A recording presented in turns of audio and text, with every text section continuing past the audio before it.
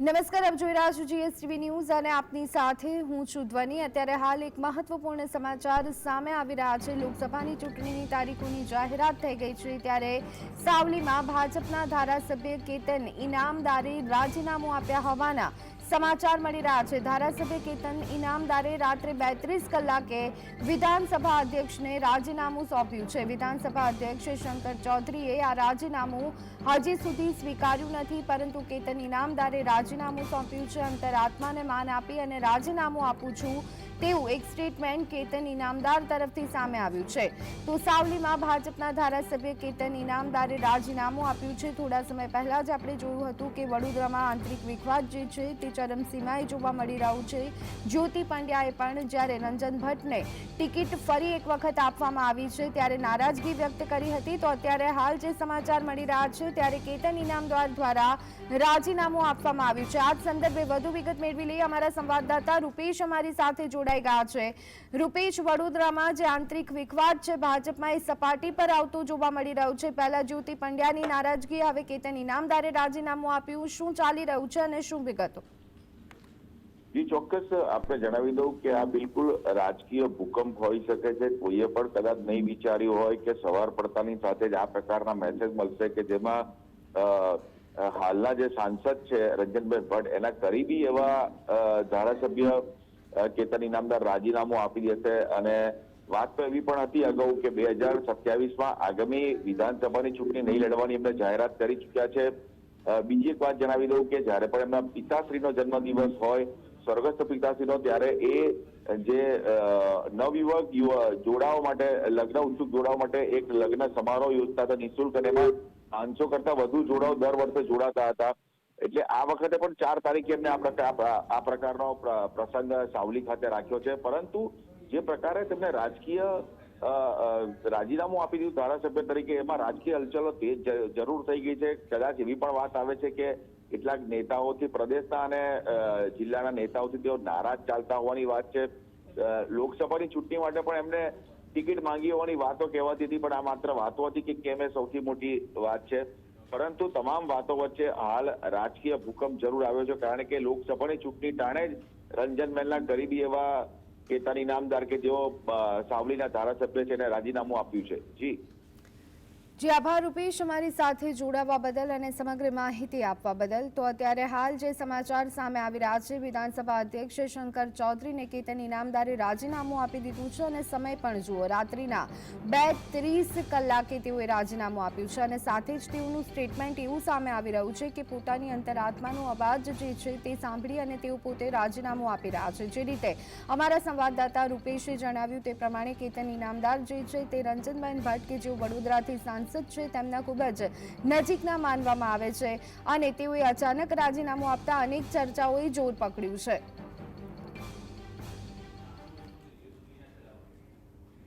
તો આ સંદર્ભે હજુ પણ વધુ અપડેટ મેળવી લઈએ અમારા ન્યૂઝ રૂમથી। અત્યારે હાલ અનિલ જોડાઈ ગયા છે। અનિલ, ખાસ કરી અને વડોદરામાં છેલ્લા ઘણા દિવસોથી આપણે જોઈ રહ્યા છીએ કે ભાજપ જે છે તે ભીસમાં મુકાયું છે। રંજનબેન ભટ્ટને ટિકિટ આપવાની જે અહીંયા વાત ભાજપે કરી અને જે રીતે ટિકિટ ફાળવી છે, શું આ ભાજપની ભૂલ ગણી શકાય? ધ્વનિ, આખું ઘટના તમે જુઓ, આ નાટ્યાત્મક રીતે થયું છે। રાત્રે 2:30 વાગે ભાજપના એક ધારાસભ્ય જે ભૂતકાળમાં અપક્ષમાં પણ લડી ચૂક્યા છે, કેતન, એમનું અંતરાત્મા જાગી જાય છે અને એમ તેઓ ફેક્સથી, ઈમેલથી વિધાનસભા અધ્યક્ષને ત્યાં પોતાનું જે રાજીનામું છે મોકલી આપે છે અને એમના જે સચિવ છે DM પટેલ, એમને વાત કરી દે છે। સવારે જ્યારે અધ્યક્ષને પૂછવામાં આવ્યું કે તમે આવી કોઈ વાતની ખબર છે કે આવું કંઈક થયું છે, તો એમનું કહેવું હતું કે હજુ સુધી મને એ વાતની ખબર નથી, એટલે રાજીનામું મળ્યું છે એ એમની વાતનું હું પૂછીશ મારી ઓફિસને, પછી એ વાત સ્વીકારવામાં આવશે। હવે વાત એ છે કે શું ત્યાં કોઈ ખટરાક ચાલી રહ્યું છે? બિલકુલ ત્યાં ખટરાક ચાલી રહ્યું છે। છેલ્લા 4-5 વર્ષથી તમે ત્યાં જુઓ, 2017 પછી ત્યાં જે ડેરી છે, વડોદરા ડેરી, એને લઈને સતત કેતન ઇનામદાર ખેડૂતોને લઈને અવાજ ઉઠાવતા રહ્યા છે, આંદોલન કરતા રહ્યા છે। CR પાટીલ સામે પોતાની નારાજગી તેઓ કરી રહ્યા છે। ભૂતકાળમાં પણ તેઓ વારંવાર એમણે કહ્યું છે કે જો ખેડૂતોને લઈને કોઈ સવાલ ઊભા થશે તો હંમેશા એ પાર્ટી નહીં પણ ખેડૂતોના પક્ષે ઊભા રહેશે। તો શું હવે આ વખતે તેઓ પોતાની અંતરાત્માની વાત આ રીતે માની રહ્યા છે? તો બિલકુલ નહીં। હું રૂપેશે જે રીતે વાત કરી કે આ વખતે રંજન ભટ્ટને ટિકિટ આપીને તે નજીકના માનવામાં આવે છે. પોલિટિક્સમાં ધ્વનિ એવું ક્યારે નથી હોતું કોઈ નજીક કે કોઈ દૂર. પોલિટિક્સમાં તક, તમારી ગરજ, તમારો સ્વાર્થ એ તમને નજીક અને દૂર લઈ જતું હોય છે. આ વખતે જેના નજીકના લોકો છે એ એવું જરૂરથી કહેતા હતા કે આ વખતે કદાચ કેતન ઇનામદારને ટિકિટ વડોદરાથી મળી શકે છે, પણ એ વસ્તુ ન થઈ. પણ કેતન ઇનામદાર હોશિયાર અને કહેવાય કે ખૂબ જ જમીન સાથે જોડાયેલા પોલિટિશિયન છે ને એટલા માટે તેઓ જ્યારે બીજેપીની સામે બી પક્ષમાં લડ્યા હતા તો પણ એ જીત્યા હતા. એટલે જ્યારે એમને હવે ટિકિટ ન મળી તો સ્વાભાવિક છે ત્યાં જ્યોતિબેન પંડ્યા હતા, એ ઉકળાટમાં મહિલા હતા, એ બહાર નીકળી ગયા. એ રાજીનામું આપ્યું, પહેલે પાર્ટી તેમને સસ્પેન્ડ કરી દીધા, છતાં તેમની નારાજગીરી વડોદરાની અંદર તમામ વસ્તુ થઈ. હવે કેતન ઇનામદાર સાથે જ્યોતિબેન જેવી સ્થિતિ નથી. કેતન ઇનામદાર પરિપક્વ પોલિટિશિયન છે અને એને ખબર છે કે ક્યાં મારે કોની વાત પહોંચાડવા માટે શું કરવું. એટલે જ્યારે 2022માં તેમણે કીધું હતું કે કારણ કે એમને લગભગ ત્રીજી લિસ્ટ આવ્યું હતું એની અંદર એમનું નામ જાહેર થયું હતું, એટલે ત્યારે જ તેમણે કહ્યું હતું કે કમસે કમ આ વખતે મને ટિકિટ આપવામાં આવે પછી હું 2027ની ચૂંટણી નહીં લડું. પણ આ વખતે તેઓ ધારાસભ્ય થયા. હવે એમને શું પેટમાં એવું દુખ્યું કે રાત્રે 2:30 વાગે એમને જાગ્યું, 7 વાગે નહીં જાગ્યું, સવારે 6 વાગે નહીં જાગ્યું, અથવા તો સવારે 10 વાગે સુધી તેઓ દવા એમને ન મળી કે જે એમનું અંતરાત્મા આરામથી સૂઈ શકે. સ્વાભાવિક હશે આ એક પ્રેશર ટેકનિક છે. હજુ સુધી જે વિધાનસભા અધ્યક્ષ છે તેમનું રાજીનામું સ્વીકાર્યું નથી. જે રાજીનામું ક્યારે પણ વિધાનસભા અધ્યક્ષ સ્વીકારવા માટે તૈયાર હોય છે, પણ એ ધારાસભ્ય વિપક્ષનો અથવા અપક્ષનો હોય તો. પણ હવે સત્તા પક્ષના ધારાસભ્ય છે એટલે સ્વાભાવિક છે એને લઈને હવે નારાજગી જે સામે આવી છે એને મનાવવાનો પ્રયત્ન કરવામાં આવશે અને આ માનશે એ લાગે છે, પણ શું લઈને માનશે એ જોવા જેવી બાબત અત્યારે ધ્વનિ રહેવાની છે. જી બિલકુલ. એટલે અનિલ, અહીંયા આપણે એવું વિચારી શકીએ કે કેતન ઇનામદારને જો સમજાવવામાં આવશે તો કદાચ એ સમજાવટથી માની જશે કે પછી ભારતીય જનતા પાર્ટી તરફથી અકળાઈ અને જ્યોતિબેનની જેમ એમને પણ સસ્પેન્ડ કરવામાં આવી શકે છે. ભાજપને ખબર છે કે જ્યોતિબેનની જમીની જે રાજનીતિ છે એ કમજોર છે.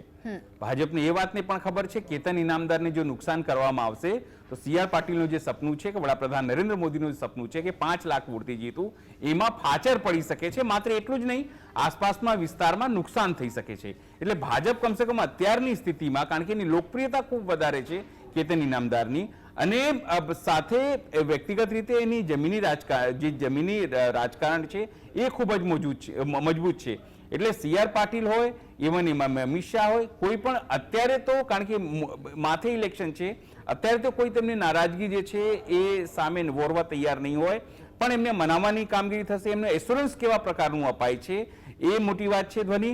સાથે એ એશ્યોરન્સ એવું તો નહીં હોય કે ઇલેક્શન સુધી માટે જ છે, એના પછી નહીં હોય. એટલે આખી બાર્ગેનિંગ જેવી સ્થિતિ છે, ટેક એન્ડ ગેવ જેવી સ્થિતિ છે. એમની સામે હવે પાર્ટી ઓફર શું કરે છે એમનું જે રાજીનામું પરત લેવા માટે અને એમનું જે અંતરાત્મા છે એ માની જાય એના માટે, એ હવે થોડા કલાકોમાં ખબર પડશે ધ્વનિ. જી બિલકુલ. અનિલ, આ સાથે જ જો જોઈએ તો રંજનબેનને ફરી એક વખત રિપીટ કરવામાં આવ્યા છે. જે રીતે કહ્યું કે કેતન ઇનામદાર પણ લોકો પર વર્ચસ્વ ધરાવે છે, તેમની પણ એક જે કહી શકાય કે છાપ લોકોની વચ્ચે સારી છે, ત્યારે અગેન એન્ડ અગેન જ્યારે રંજનબેનને પસંદ કરવામાં આવે છે તો ભારતીય જનતા પાર્ટી શું અન્ય લોકોમાં વિશ્વાસ નથી દાખવી શકતી? એ વાત આપણે માનવી જોઈએ વડોદરા સીટ માટે.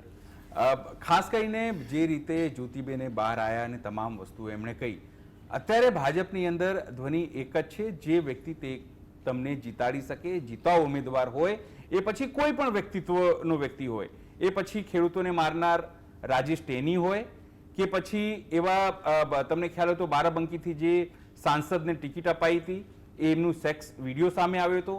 સોનીપતના ધારાસભ્ય, સોનીપતના જે સાંસદ હતા એમની ટિકિટ તમને ખ્યાલ હોય તો એમનું પણ એક સેક્સ ચેટ બહાર આવ્યું છે.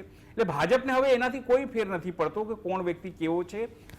એમના ઉપર રંજન ભટ્ટ ઉપર સીધી રીતે એમને આરોપ પણ લગાવ્યો હતો કે એમના મોલ્સ છે, એમના પૈસા આવે છે, વિકાસના પૈસા જે છે આર્થિક ગેરરીતિમાં વપરાઈ રહ્યું છે.